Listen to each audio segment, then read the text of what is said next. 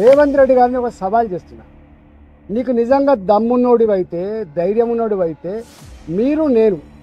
మీరు నేను కలిసి ఇద్దరం వితౌట్ సెక్యూరిటీ మూసీ పరివాహక ప్రాంతంలో ఇవాళ ఏ ఇల్లు అయితే నువ్వు కూలగొట్టబోతున్నావు, ఏ ఇళ్ళకైతే నువ్వు నోటీస్ చేసే ప్రయత్నం చేస్తున్నావు, అక్కడికి మనం పోదాం, ఇద్దరం కలిసి పోదాం. రెండవది, ఇదే మూసీ ప్రక్షాళనలో భాగంగా పనిగిరి లాంటి కాలనీలు ఏవైతున్నాయో, చైతన్యపూర్ లాంటి కాలనీలు ఏవైతున్నాయో, వాళ్ళు ఏదైతే ఇలా కన్నీళ్ళు పెడుతున్నారో, ఒక గర్భిణీ స్త్రీ 9 నెలల గర్భిణీ స్త్రీ, ఆమెకు డెలివరీ డేట్ ఇవ్వాలో రేపో డ్యూ డేట్ ఉన్నదని చెప్పి ఆమె ఏడుస్తూ ఉంటే, నీవు కనుక ఇది ఖాళీ చేసి పోకపోతే నీకు డబుల్ బెడ్రూమ్ కూడా రాదని చెప్పి ఆమెను పోలీసులు బలవంతంగా నెట్టేస్తే, ఆమె అన్న మాట ఏంటంటే నీ డెలివరీ ఎక్కడ కావాలని చెప్పి కాలంగా పడితే నువ్వు కలికరించలేదు కదా, రా నువ్వు నా చైతన్యపూర్కి వస్తావా, నా కొత్తపేటకు వస్తావా, నా ఉప్పల్ నియోజకవర్గంలో ఉన్నటువంటి రామంతపూర్కి వస్తావా, పోదాం. సెక్యూరిటీ లేకుండా రా. ఒకవేళ కనుక నిన్ను శభాష్ మీ రేవంత్ రెడ్డి గారు అంటే నేను రాజకీయాల నుంచి మొత్తం తప్పుకొని బహిరంగంగా క్షమాపణ చెప్పి ముక్కు నెలకు రాస్తాను. ఈటల రాజేందర్ దుఃఖమేందే నాకు అర్థమైతలేదు. ఏంది మీ బాధ? వాళ్ళు మంచిగా బతుకొద్దా? వాళ్ళు ఎప్పటికీ పేదోళ్ళలాగానే ఉండాలి, మూసీళ్ళే ఉండాలి. వాళ్ళ పేదరికం చూపించి వాళ్ళ దగ్గర ఓట్లు వేసుకొని మీరు ఎమ్మెల్యేలు ఎంపీలు కావాలనా? వాళ్ళు మంచిగా బతుకొద్దా? వాళ్ళు మంచిగా బతుకుతే వాళ్ళ పిల్లలు చదువుకుంటే మీ దొరతనాన్ని ప్రశ్నిస్తారని చెప్పి ఈరోజు మీరు అడ్డం పడుతున్నారా? అదేవిధంగా బఫర్ జోన్లు ఉన్నోళ్ళను మీలాంటి మోసగాళ్ళు వాళ్ళకి అమ్ముతే వాళ్ళకి ఏ నష్టపరిహారం ఇద్దామో చెప్పండి. ప్రభుత్వం గొట్టుపోలే, ప్రభుత్వం మొత్తం దివాలా తీయలే. నువ్వు 7 లక్షల కోట్ల రూపాయలు అప్పు చేసినా ఈ ప్రభుత్వానికి చిత్తశుద్ధి ఉంది. ప్రభుత్వం నిధులు తెచ్చి వాళ్ళని ఆదుకుందాం. ఏ విధంగా వాళ్ళను తొలగించడం ద్వారా వాళ్ళకి న్యాయం చేద్దామో చెప్పండి. చెరువులలో ఉన్న ఎఫ్టీఎల్ తొలగించాల్సిందే, బఫర్ జోన్ అక్రమ నిర్మాణాలు తొలగించాల్సిందే, కాలువల నాలాల ఆక్రమణలు తొలగించాల్సిందే, మూసీలో ఉన్న అక్రమ నిర్మాణాల నుంచి మూసీ రివర్ బెడ్లో ఉన్న పేదల ఇల్లు తొలగించాల్సిందే, బఫర్ జోన్లు ఉన్నాయి తొలగించాల్సిందే. తొలగించేటప్పుడు వాళ్ళకి ఏ విధంగా ఆదుకోవాలనో ప్రభుత్వం ప్రణాళిక చేస్తుంది. మీ దగ్గర ఏమన్నా సూచన ఉంటే చెప్పండి.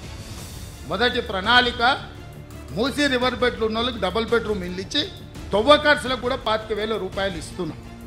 ఎప్పుడన్నా మీరు ఆలోచన చేసిందా పేదోనికి ఇల్లు ఇవ్వాలి, పేదోని ఆత్మగౌరవంతో బతికేటట్టు చూడాలని? ఈ పనులు చేసేటప్పుడు పేదలకు వచ్చింది బాధ. నాకు కూడా బాధ ఉంది, నాకు కూడా చాలా బాధ అనిపించింది సోషల్ మీడియాలో, లేకపోతే కొంతమంది వాళ్ళ బాధ వెలుగుస్తున్నప్పుడు. కానీ వాళ్ళని ఆదుకుందాం. ఏ విధంగా ఆదుకుందాం మీరు చెప్పండి. ప్రత్యామ్నాయం చెప్పండి. మీరు ప్రతిపక్షాలు అంటున్నారు కదా, 10 ఏళ్ళు పాలించడం అంటున్నారు కదా, పరిపాలన అనుభవం ఉందంటున్నారు కదా, మీ 10 ఏళ్ల పరిపాలన దోపిడీకే పనికొస్తుందా? ప్రజలకు పేదలకు సంక్షేమం అమలు చేయడానికి పనికిరాదా? రాజేందర్ గారు నరేంద్ర మోడీ గారిని అడగండి, ఈ పేదలను ఎట్లా ఆదుకుందామో నిధులు తెద్దాం. మాకేం అభ్యంతరం లేదు. పిలువు మీ కిషన్ రెడ్డిని, బండి సంజయ్ గారిని, నువ్వే లీడ్ చేయి, నువ్వే ముందు ఉండు, మేము నీ వెనకాల నించుంటాం.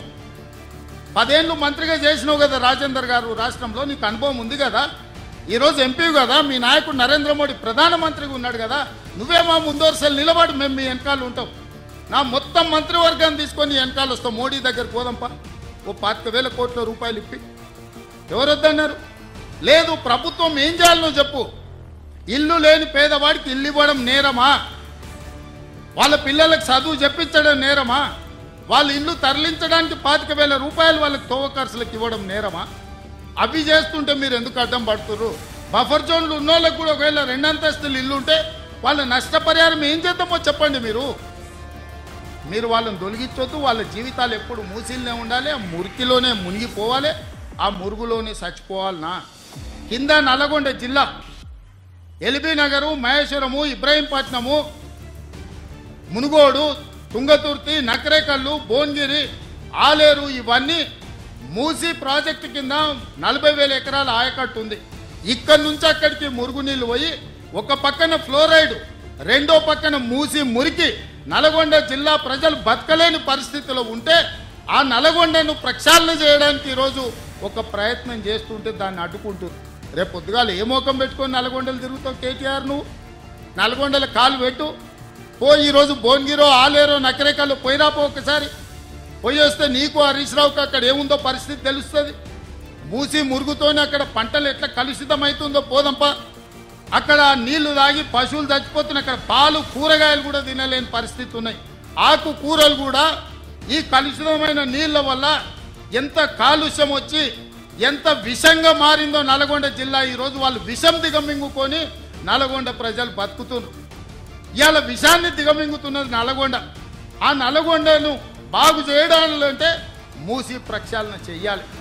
ఆ మూసిని బాగు చేద్దామని మేమంటే మీరు అడ్డం పడుతున్నారు. అంటే నల్గొండ ప్రజలు సావాల్సిందేనా శాశ్వతంగా? ఇవాళ ఈ ప్రాంతంలో ఎంపీ ఆయన మాట్లాడుతుండు. ఇక ఆయన గురించి నేను ఎక్కువ మాట్లాడదలుచుకోలేదు. కానీ ఆయనకు బాధ్యత లేదా? ఎంపీకి గెలిచినావు కదా, మోడీ దగ్గర నుంచి ఏం తెస్తావు తీసుకురా.